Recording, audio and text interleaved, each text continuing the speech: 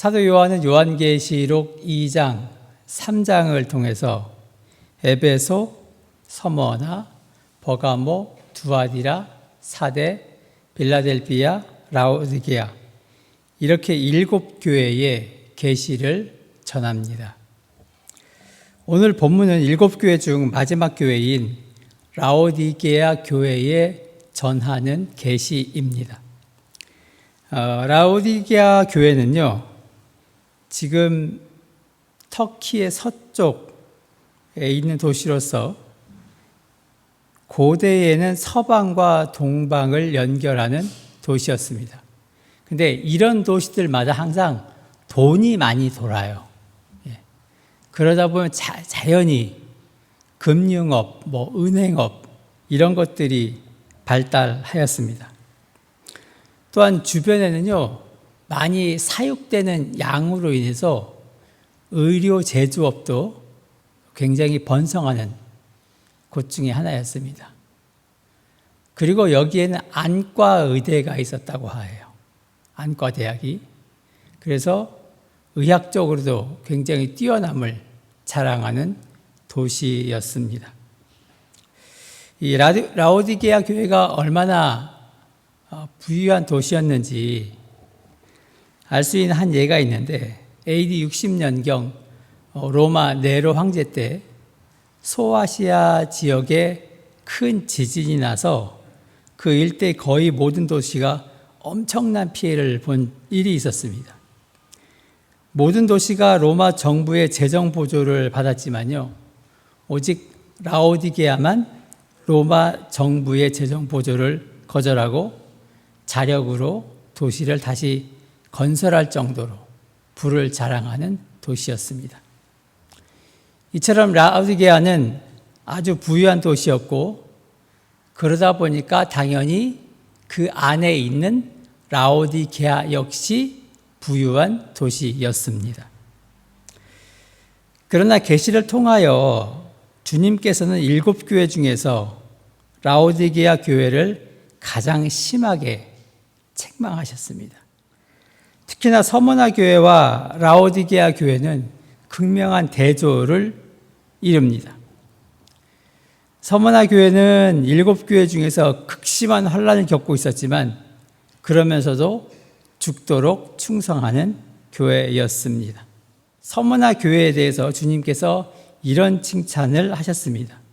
요한계시록 2장 9절입니다. 내가 환난과 궁핍을 알거니와 실상은 내게 부유한 자니라. 서머나 교회는 큰 환난과 궁핍 속에 있었으면서도 영적인 부요를 누리고 있었습니다. 이러한 모습은 라오디게아 교회의 모습과 너무 대조적입니다. 라오디게아 교회는 풍요롭고 만사 형통한 환경을 지니고 있었지만 영적으로 곤고하고 가련하고 눈멀고 그리고 헐벗은 상태였습니다. 주님께서 무엇 때문에 이렇게 책망을 하신 것입니까? 15절 말씀에 보면요, 이렇게 이야기합니다. 내가 내 행위를 아노니 내가 차지도 아니하고 뜨겁지도 아니하도다. 내가 차든지 뜨겁든지 하기를 원하노라. 이렇게 말씀하고 있습니다. 라오디게아 교회가 차가운 상태도 아니고 그렇다고 뜨거운 상태도 아닌 미지근한 상태라는 것입니다. 사도 요한이 라오디게아 교회의 신앙을 미지근한 물로 비유한 것은요, 라오디게아 지방의 특징과 잘 연결되어 있습니다. 이 라오디게아 도시는 다른 것은 다 풍족했지만요, 물 사정이 좋지 못했습니다. 그래서 북쪽으로부터 약 10km 정도 떨어진 히에라볼리, 이 파무칼레라고 해요. 지금 혹시 여행 좋아하시는 분들, 여행에 관련된 다큐멘터리 좋아하시는 분들 보면 터키의 파무칼레라는 그런 온천이 있는데 여기가 바로 히에라볼리입니다. 여기서 솟아나는 온천수를 관계수로를 이용해 가지고 10km 떨어진 이 라오디게아까지 끌고 왔다고 합니다. 처음에 따뜻했던 온천물이 수로를 따라 흐르면서 점차 식고, 그리고 라오디게아 닿으면 미지근해 버렸기에 목욕물로 사용하기가 참 곤란했습니다. 그리고 히에라볼리의 온천은 석회암 지대에 있었기 때문에 마실 수도 없는 그런 상태였습니다. 이 물은 목욕물로 쓸 수도 없고 또 식수로도 사용할 수 없는 그런 지경의 그야말로 쓸모없는 물입니다. 또 동쪽으로부터 약 18km 떨어진 골로새에서 식수로 사용할 목적으로 찬물을 끌어왔는데, 이 역시 오다 보면 차가운 물이 미지근한 물로 변해 있었습니다.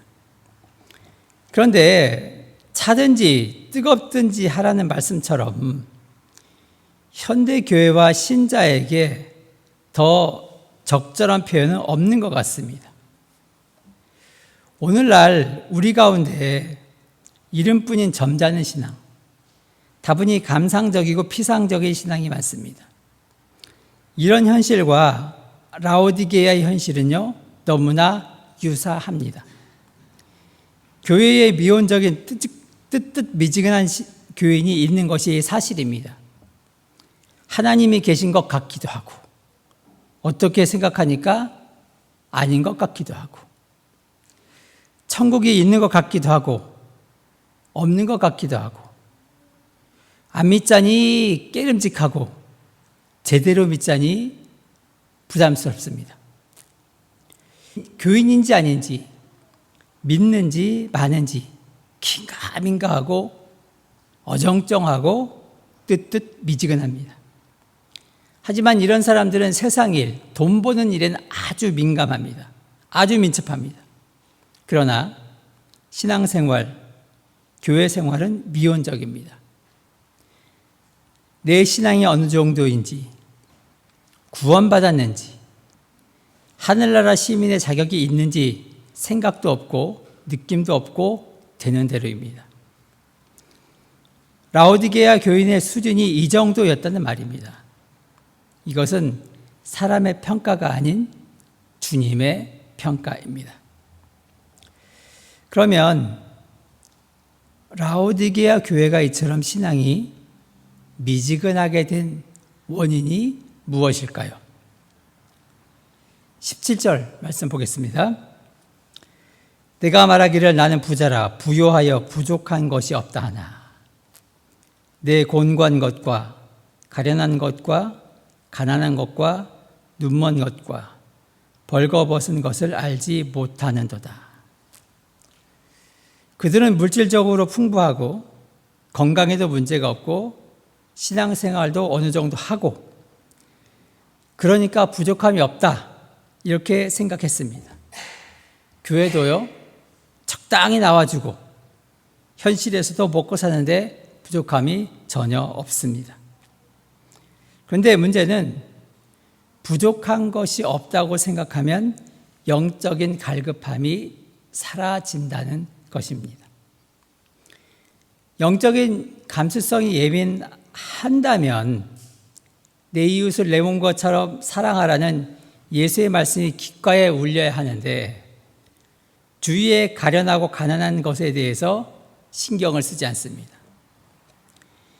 이런 상태의 신앙은요, 말씀을 들어도 감동이 없고 찬양을 불러도 기쁨이 없고 심판의 메시지를 들어도 회개하지 않고 하나님의 사랑을 느껴도 감격하여 눈물을 흘리지 않습니다. 또 부족함이 없다고 생각하면 자족하게 됩니다. 그래서 더 이상 영적인 싸움을 하려고 하지 않습니다. 말씀도 배우려 하지 않고 새로운 일에 도전하려 하지 않습니다. 더 이상 교회를 위해서 희생하고 헌신하고 싶지 않습니다. 그저 적당히 신앙생활 하는 것입니다. 이런 것을 오늘 말씀에서는 자기 자신을 모른다 그렇게 이야기하고 있습니다. 라오디게아 교회는 자기 모습, 자신의 영적인 상태를 알지 못했습니다. 라오디게아 교인의 모습은 마치 벌거숭이 임금님과 같습니다. 벌거숭이 임금님이 벌거벗고 말을 타고 길을 가면서도 수치를 알지 못하고 사람들이 다 자기를 부러워하는 줄 알고 오히려 좋아했습니다. 소크라테스가 너 자신을 알라 이런 말을 했는데 라오디게아 교인은 정말로 자신을 알지 못하는 사람이었습니다. 그런데 진짜 심각한 문제가 따로 있습니다. 내가 누구인지, 내가 어디에 있는지 그것을 모르고 그저 평안한 신앙생활만 한다면요, 엄청난 결과가 우리에게 다가옵니다. 자, 20절 상반절 말씀에 이렇게 이야기를 하고 있어요. 볼지어다 내가 문 밖에 서서 두드리노니. 여러분께서 이 말씀을 대하실 때 어떤 마음이 드실지 모르겠는데 저는 깜짝 놀랐습니다. 이 말씀을 듣고. 자, 지금 주님께서 어디 계십니까? 내가 문 밖에 서서 두드리노니 이렇게 이야기하고 있습니다. 즉 교회 밖에 있다는 말입니다. 교회는 주님이 주인이기 때문에요, 당연히 안에 계셔야 합니다. 가장 높은 자리, 가장 영광의 자리에 그 주님이 계셔야 합니다. 분명 라오디게아 교회도 예수께서 안에 계셨습니다. 그러니까 당연히 교회다 이렇게 이야기한 거 아니겠습니까? 그런데 어느 날부터인지 모르지만 예수께서 밖으로 밀려나기 시작했습니다. 아마 라오디게아 교회는요, 예수께서 밖으로 밀려나신 줄도 모르고 있는 모양입니다. 왜? 안에서 영광과 찬송을 받을 자리에 계셔야 할 예수께서 밖으로 밀려나신 것입니까? 다른 이유가 아닙니다. 예수보다 더 크고 예수보다 더 귀한 그것들이 있기 때문에 그런 것 아니겠습니까? 그것이 무엇입니까? 라오디게아 교회는 부유한 것이 문제였습니다. 그 부유가 편안함을 주다 보니까 예수께서 필요 없어지고 나중에는 예수께서 문 밖에 계신 줄도 모르고 있는 상태가 된 것입니다. 교회는 돈의 가치보다 주님이 주신 진리의 가치를 더 소중하게 여겨야 합니다. 억만금의 황금 가치보다 한 영혼의 가치를 더 귀히 보는 것이 바로 교회여야 합니다.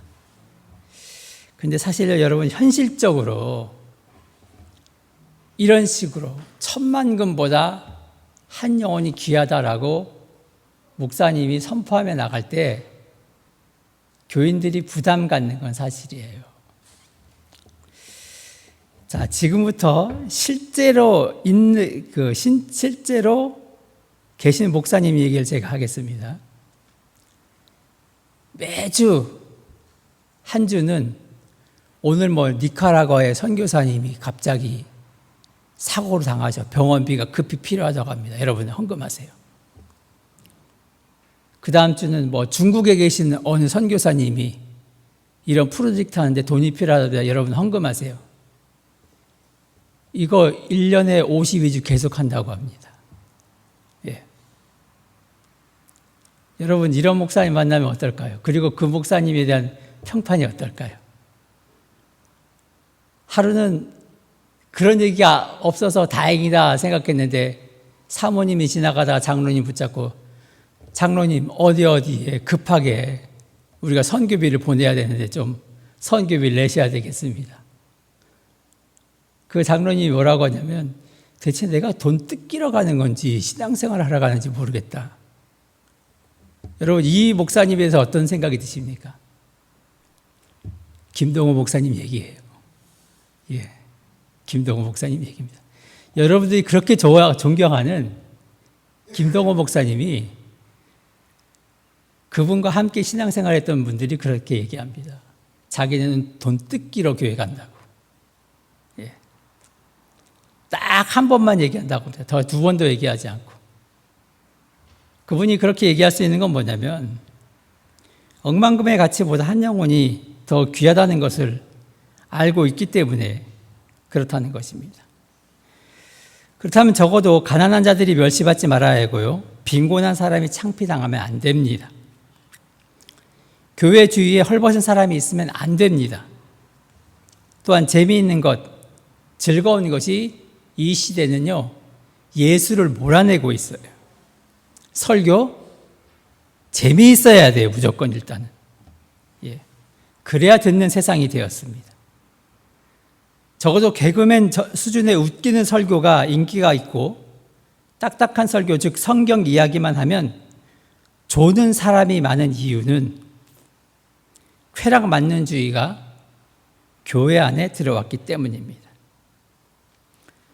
주님을 위해서 헌신한 사람이 세상 즐거움에 취하겠습니까? 교회의 프로그램들이 사람의 즐거움에 맞춰져야 되겠습니까?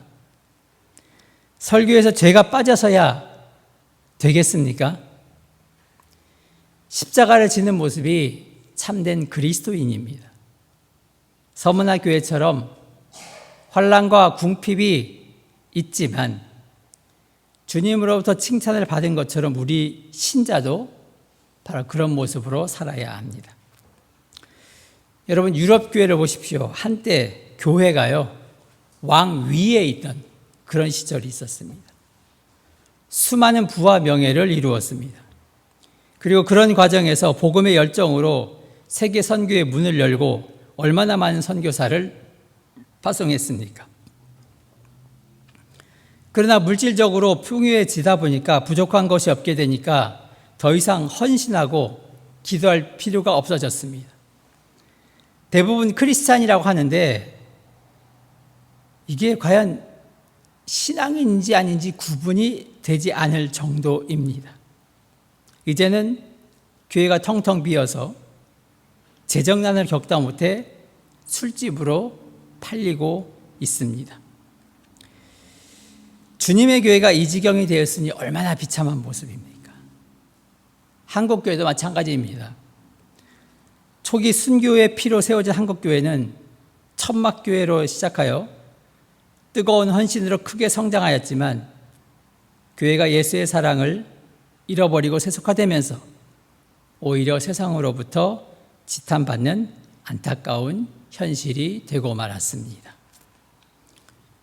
우리 개개인도 마찬가지입니다. 어려울 때는 하나님께 기도하다가 모든 것이 풍족하고 살만하면 영적인 무사안일에 빠집니다. 어려움을 겪을 때는 살만하면 다 열심히 충성할 것 같은데 그렇지 않습니다. 취업만 시켜주면 믿음 생활 잘할 것 같은데 화장실 갈 때와 올 때의 마음이 다릅니다. 주님의 사랑에 식고 갈급함이 없으니 세상 재미에 빠져 똑같이 웃고 울고 즐기기는 하는데 영혼의 만족이 없어 영적으로 곤고해집니다. 신앙생활을 하는데 경건의 모양은 있는 것 같은데 경건의 능력이 없습니다. 이러한 신앙 상태를 주님은 정말로 싫어하십니다. 16절 말씀입니다. 내가 이같이 미지근하여 뜨겁지도 아니하고 차지도 아니하니 내 입에서 너를 토하여 버리리라. 내 입에서 너를 토하여 버리리라.